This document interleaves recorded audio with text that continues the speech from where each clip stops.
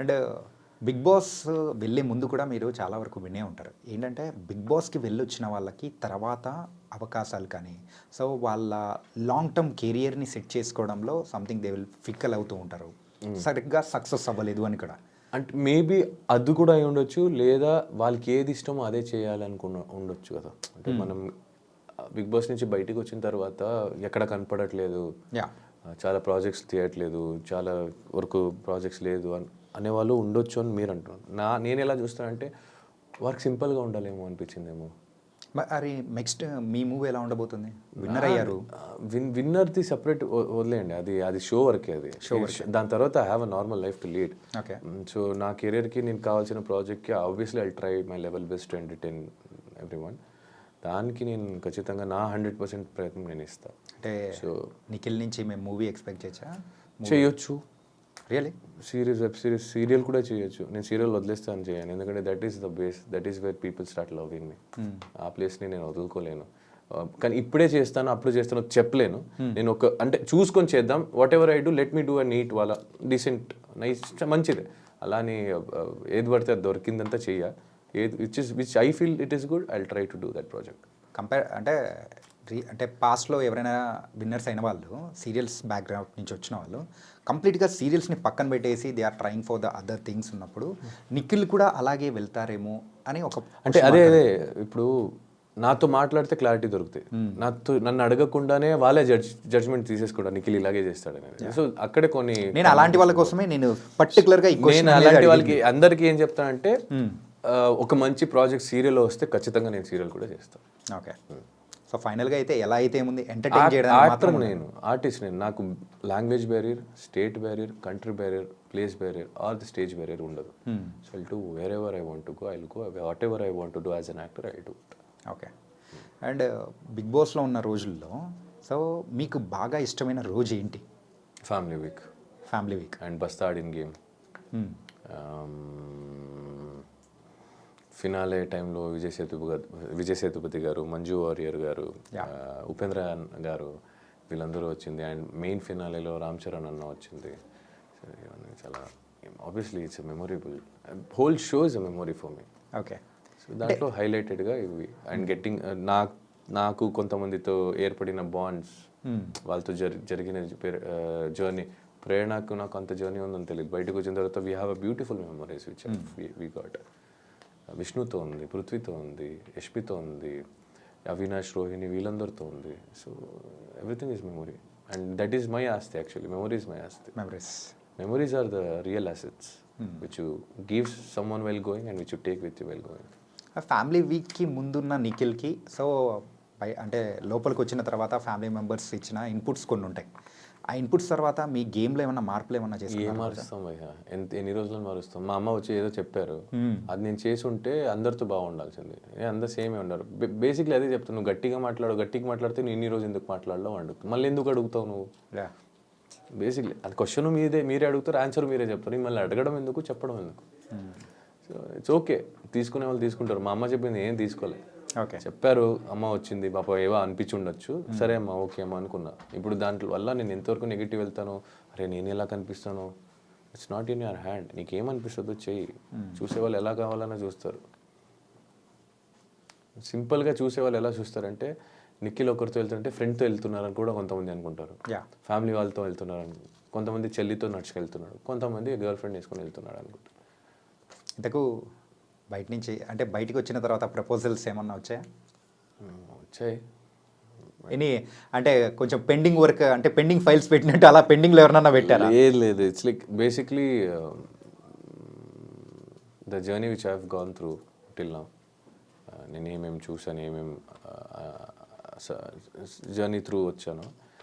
So I prefer people whom I know personally. అంటే proposal వస్తున్నాయి లేదనట్లేదు, but ఆ ప్రపోజల్ని అందరినీ ఒప్పుకోలేను కదా. I have my thoughts somewhere, I have my career to concentrate, I have my family to take care. నాకు ఒక ఉంది, దాని మీద కాన్సన్ట్రేట్ చేస్తా. సో అది కావాలని వెతుకొని వెళ్తే ఏం దొరకకపోయి అదే రావాలి. అంటే మనం ఇది కావాలి, ఈ వస్తువు కావాలి, లేదా నేను ఆ గోల్ రీచ్ అవ్వాలి అని నువ్వు ట్రై మాత్రమే చేయగలుగుతావు. వ్యక్తి పరంగా చూస్తే ఆ వ్యక్తి మనం ట్రై చేసే వరకు చేయొద్దాం, but going behind all the time is wrong. నాది అయితే నా దగ్గరికి వస్తుంది.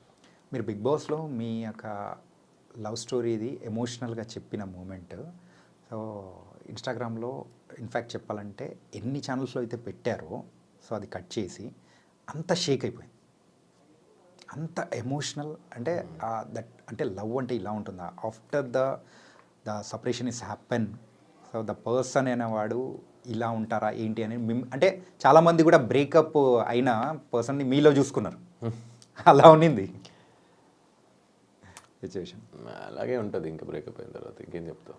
ఓకే. అండ్ బయటికి వచ్చిన తర్వాత ఆదివారం పరివారం దాంట్లో మీరు పార్టిసిపేట్ చేశారు కదా. అవును, ఎలా న్యూ ఇయర్ అనిపించింది? ఎపిసోడ్ బాగా అనిపించింది.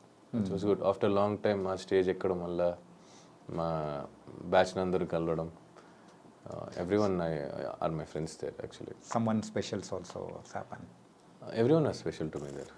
సమ్మన్ స్పెషల్ అంటే ఇంకా మా అమ్మ వచ్చింది. యా, నేను అమ్మ గురించి అడిగాను. నేను అమ్మ గురించి చెప్పాను. యా, అంటే ఫైనల్గా అమ్మ వచ్చినప్పుడు మాత్రం కొంతమంది అక్కడ లేరు వెళ్ళిపోయారని చెప్పేసి కూడా కొంతమంది కామెంట్స్ కూడా అట్లా పెడుతూ ఉన్నారు. పెట్టేవాళ్ళు పెడతారు భయ. నేను అదే చెప్తున్నాను కదా, ఎంతమందికి సమాధానం చెప్తారు, ఎంతమంది దగ్గరికి వెళ్ళి బోర్డు పెడతారు. ఓకే.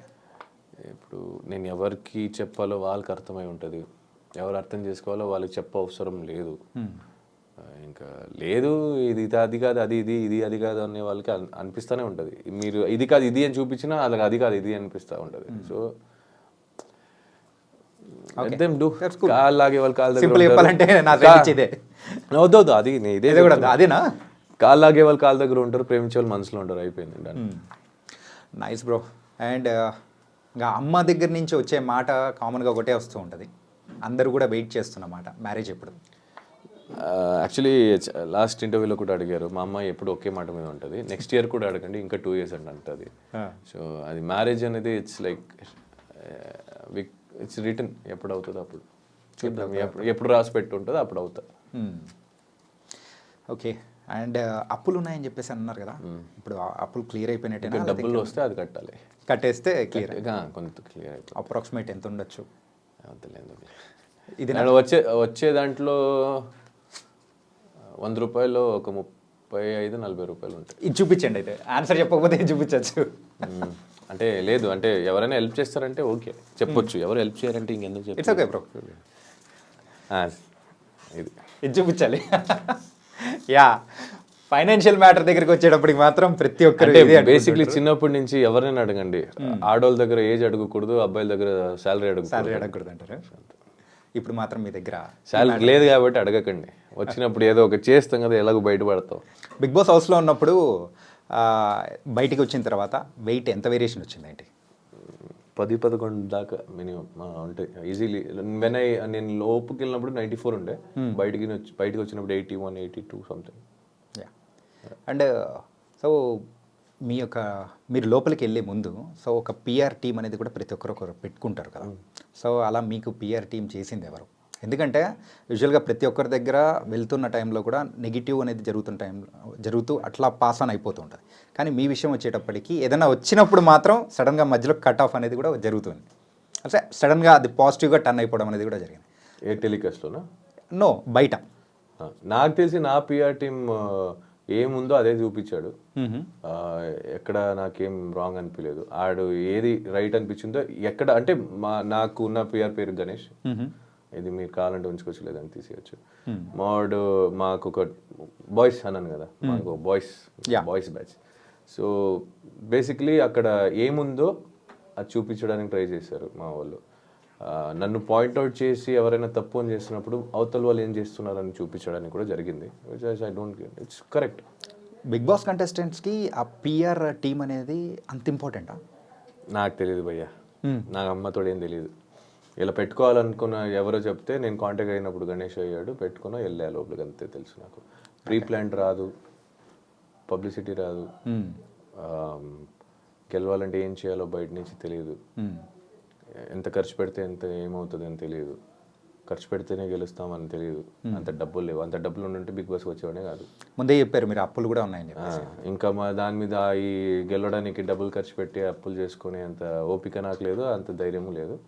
ఉన్న అప్పులు పోతే కొంచెం ప్రశాంతంగా బతకొచ్చు అనే ఒక హ్యాపీనెస్కి ఇంకా గోయింగ్ ఫార్వర్డ్. సో ఇలాంటిది మాకు రావు. మా టీము కూడా అంత చెప్పేసా, ఏముందో చేయరా నాకు అన్నట్టు, అన్న నీకు ఎలా అనిపిస్తుంది ఉండన్న మేము చూసుకుంటూ ఉన్నారు, అయిపోయింది డన్. యా, అండ్ మీరైతే ఇంకా మమ్మల్ని బాగా ఎంటర్టైన్ చేయాలి త్రూ యువర్ ప్రాజెక్ట్స్, సిరీస్ అయినా, మూవీ అయినా అండ్ సీరియల్స్ అయినా, ఎనీథింగ్. నెక్స్ట్ మీరు తీసుకునే స్టెప్ ఏదైతే ఉందో, ఇంకా మిమ్మల్ని చూసే ప్రేక్షకులు ఇప్పుడు ఫ్యాన్స్ ఇంకా ఎక్కువైపోయారు. మాలాంటి ఫ్యాన్స్ అందరూ కూడా ఉన్నారు మీకు. Okay, and all the best bro. Thank you so much bro. Thank you చానకి bro. Thank you thank you so much for having me.